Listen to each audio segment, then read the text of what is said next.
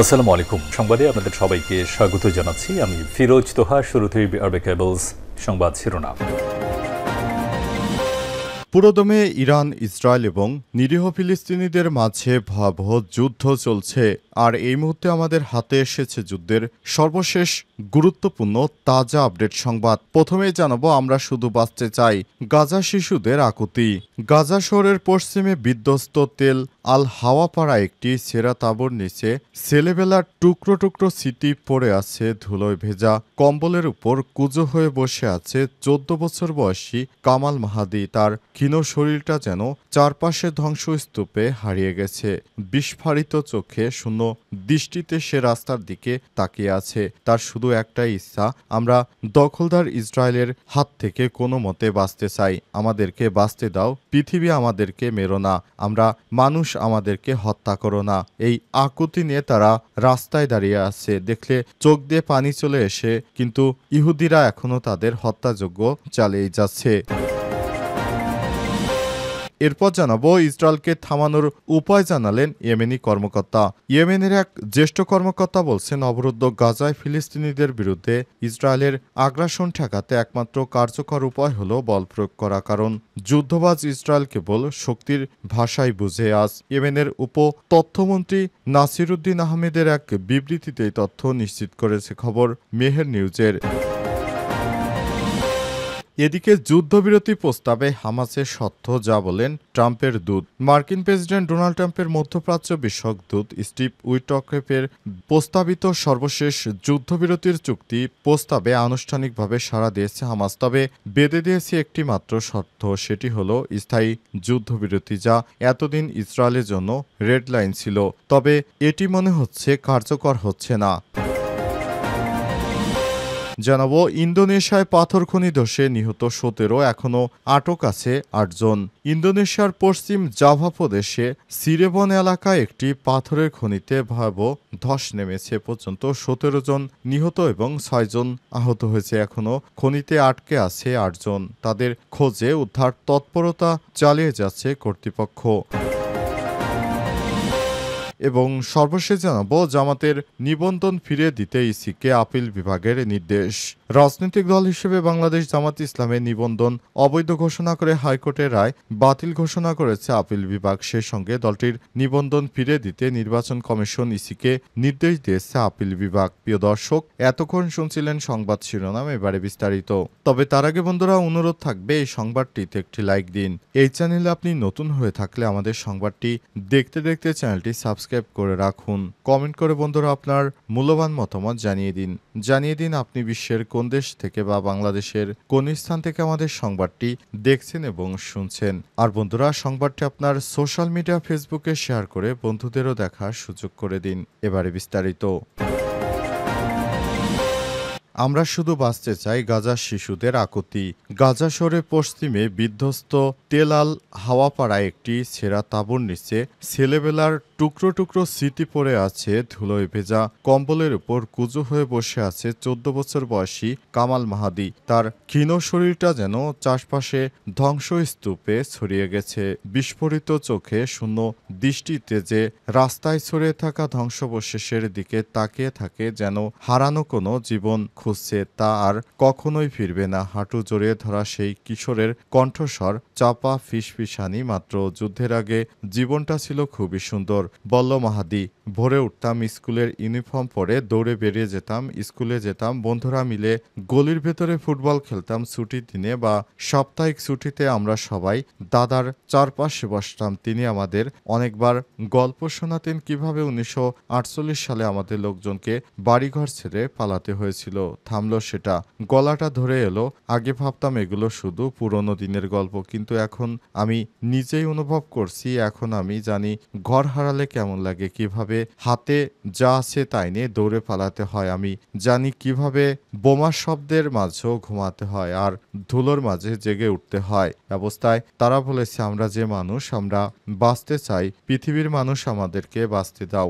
মানুষ হিসেবে আমাদেরও বাঁচার অধিকার রয়েছে, কিন্তু দখলদার ইসরায়েলি বাহিনী কোনোভাবেই আমাদেরকে বাঁচতে দিচ্ছে না। দখলদার ইসরায়েলেরা আমাদের উপর যে আক্রমণাত্মক হামলা চালাতে শুরু করেছে, আমরা এখন কোথায় যাব, কোথায় পালাবো? আমাদের পালানোর কোনো জায়গা নেই। শুনেছি কিয়ামতের ময়দানে পালানোর নাকি জায়গা থাকবে না, কিন্তু আমরা দেখতে পাচ্ছি পৃথিবীতেই আমাদের পালানোর কোনো জায়গা নেই। আমাদেরকে পালানোর মতো সুযোগও দেয়া হচ্ছে না। আমাদেরকে হত্যা করা হচ্ছে, শুধুমাত্র হত্যা নয়, কষ্ট দিয়ে দিয়ে আমাদেরকে হত্যা করা হচ্ছে।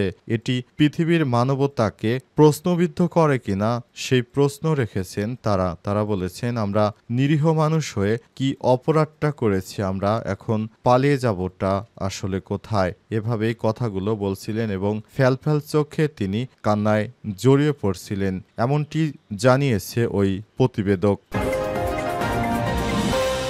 ইসরায়েলকে থামানোর উপায় জানালেন ইয়েমেনি কর্মকর্তা।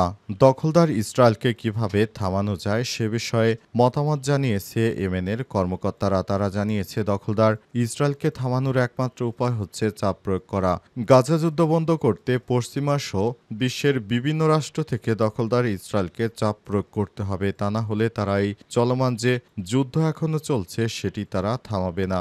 দখলদার ইসরায়েলি বাহিনী যে অমানবিক হামলা চালাচ্ছে সেটি কোনোভাবেই তারা থামাবে না বলে জানিয়েছে তারা। দখলদার ইসরায়েলের প্রধানমন্ত্রী বেঞ্জামিন নেতানিয়াহু জানিয়েছে, নিরীহ ফিলিস্তিনিরা কিভাবে মারা যাচ্ছে বিষয়টি আমাদের অবশ্যই ভাবিয়ে তুলে। কিন্তু দখলদার ইসরায়েলি বাহিনী গ্রেটার ইসরায়েল তৈরি করতে যে অপকর্ম চালিয়ে যাচ্ছে সেটি কোনোভাবেই কাম্য নয়। আমরা পুরো মুসলিম বিশ্ব থেকে দখলদার ইসরায়েলকে নানাভাবে আমরা চাপ প্রয়োগের চেষ্টা করছি, কিন্তু তা সত্ত্বেও পুরো বিশ্ববাসীকে জেগে উঠতে হবে। অন্যায় দাবি কখনোই মেনে নেওয়া যাবে না। এভাবে চলতে দেওয়া যায় না। নিরীহ মানুষদেরকে চোখের সামনে হত্যা করা হচ্ছে, আমরা বসে বসে দেখতে পারি না। আমাদের মধ্যে একটি মনুষ্যত্ববোধ রয়েছে। তাদের কোনো অপরাধ নেই, তারপরও কেন তাদেরকে এভাবে হত্যা করা হবে?